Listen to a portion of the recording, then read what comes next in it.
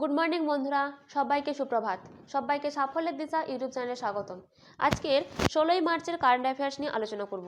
তোমরা প্রথম থেকে শেষ পর্যন্ত ক্লাসটা করো এবং ক্লাসটা ভালো লাগলে অবশ্যই লাইক করে দিও এবং চ্যানেলকে সাবস্ক্রাইব করে নিও এবং বন্ধুদের মধ্যেও শেয়ার করে দিও। তাহলে আশা করি আপকামিং কম্পিটিটিভ এক্সামগুলোতে কারেন্ট অ্যাফেয়ার্স নিয়ে কোনো সমস্যা হবে না। তাহলে শুরু করা যাক আজকের ক্লাস। আজকের ক্লাসের ফার্স্ট কারেন্ট অ্যাফেয়ার্স হলো সেন্ট্রাল ভিজিল্যান্স কমিশনে নতুন ভিজিল্যান্স কমিশনার হিসেবে কাকে নিযুক্ত করা হয়েছে? এর উত্তর হবে এস রাজীবকে নিযুক্ত করা হয়েছে। এই সম্পর্কে জেনে নেব। এর আগে এই এস রাজীব ব্যাংক অব মহারাষ্ট্রের এমডি এবং সিইও ছিলেন। এটি একটি পাবলিক সেক্টর ব্যাংক।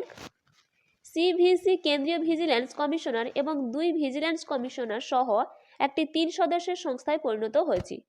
প্রবীণ কুমার শ্রীবাস্তব 21তম সেন্ট্রাল ভিজিল্যান্স কমিশনার ছিলেন। এই সেন্ট্রাল ভিজিল্যান্স কমিশনটা কি, এই সম্পর্কে আমরা জেনে নেব। এটি 1964 সালে ফেব্রুয়ারি মাসে দুর্নীতি প্রতিরোধ কমিটির সুপারিশের ভিত্তিতে সরকার কর্তৃক এটি প্রতিষ্ঠিত হয়েছিল। তাহলে এর কাজটা কি হচ্ছে? কাজটি হচ্ছে দুর্নীতি প্রতিরোধ কমিটির একটি সংস্থা। 2023-24 সন্তোষ ট্রফি কোন দল জয়লাভ করলো? এর উত্তর হবে সার্ভিসেস। এই সম্পর্কে জেনে নেব। এবছর এটা 77তম সংস্করণ হয়েছিল। সার্ভিসেস গোয়াকে হারিয়ে এই খেতাব অর্জন করল। এই সার্ভিসেস 7 বার এই খেতাব অর্জন করেছে। এবছর ফাইনাল খেলাটি অনুষ্ঠিত হয়েছিল জুপিয়া, অরুণাচল প্রদেশ। টপ গোল স্কলার ছিলেন পিঝম সান্থই মেইতেই, মণিপুরে 9টি গোল করেছিলেন। বেস্ট প্লেয়ার সমীর মুর্মু সার্ভিসেসে হয়েছিল। নেক্সট, ভারত সম্প্রতি কোন দেশের সাথে একটি যৌথ অর্থনৈতিক ও বাণিজ্য কমিটি প্রতিষ্ঠার জন্য একটি চুক্তি স্বাক্ষর করেছে? এর উত্তর হবে ডোমিনিকান রিপাবলিক। এই সম্পর্কে জেনে নেব। ভারত সম্প্রতি ডোমিনিকান রিপাবলিকের সাথে joint economic and trade committee প্রতিষ্ঠার জন্য প্রোটোকল স্বাক্ষর করেছে। কেন্দ্রীয় মন্ত্রিসভা এই বছরের 24শে জানুয়ারি জেডকো প্রতিষ্ঠার জন্য উল্লেখিত প্রোটোকল স্বাক্ষর করার প্রস্তাব অনুমোদন করেছিল। এই ডোমিনিকান প্রজাতন্ত্র একটি ক্যারিবিয়ান জাতি। নেক্সট, সম্প্রতি কে আঞ্চলিক বিমান পরিষেবা ফ্লাই 91 উদ্বোধন করেছেন? এর উত্তর হবে জ্যোতিরাদিত্য সিন্ধিয়া। এই সম্পর্কে জেনে নেব।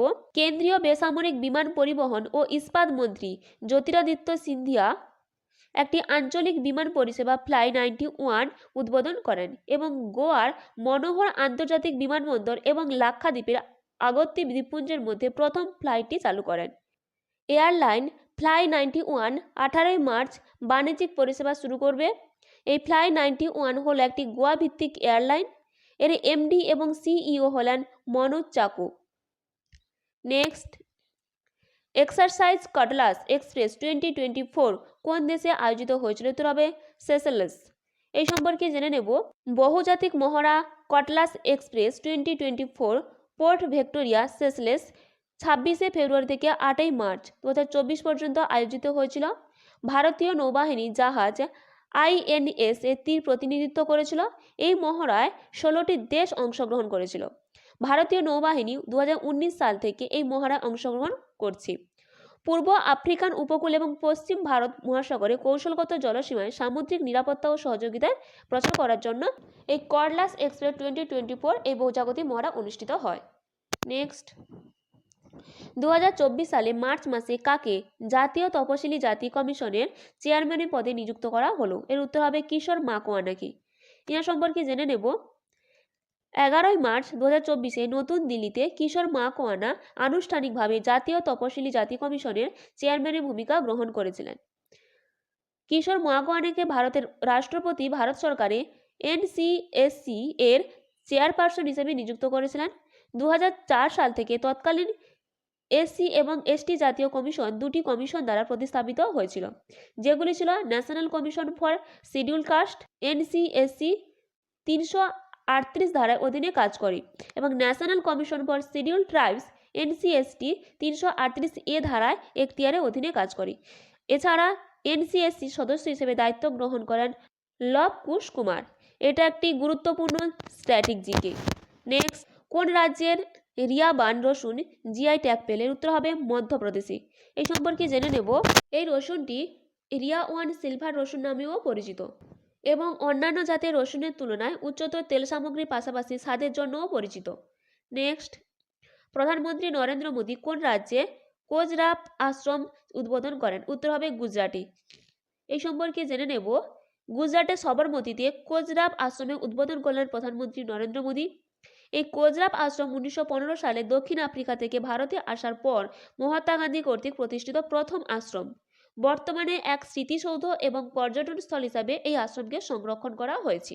নেক্সট, বাহরাইন গ্র্যান্ড প্রিক্স 2024 জিতলেন কে? উত্তর হবে মার্কস ভার্স্টাপেন। এই বাহরাইন গ্র্যান্ড প্রিক্স 2024 জিতলেন Belgium Dutch racing car driver marks Verstappen. Next, কোন কেন্দ্রীয় মন্ত্রী জনঔষধি কেন্দ্রগুলির জন্য ঋণ সহায়তা কর্মসূচি চালু করেছেন? উত্তর হবে ডক্টর মনসুখ মান্ডাভিয়া। এর সম্পর্কে জেনে নেব। কেন্দ্রীয় রাসায়নিক সার এবং স্বাস্থ্য ও পরিবার কল্যাণ মন্ত্রী ডক্টর মনসুখ মান্ডাভিয়া জনঔষধি কেন্দ্রগুলির জন্য একটি ঋণ সহায়তা কর্মসূচি উদ্বোধন করেছেন। এর অধীনে ভারতের ক্ষুদ্র শিল্প উন্নয়ন ব্যাংক এবং pharmaceuticals and medical device bureau of ইন্ডিয়ার মধ্যে একটি চুক্তিও স্বাক্ষরিত হয়েছে।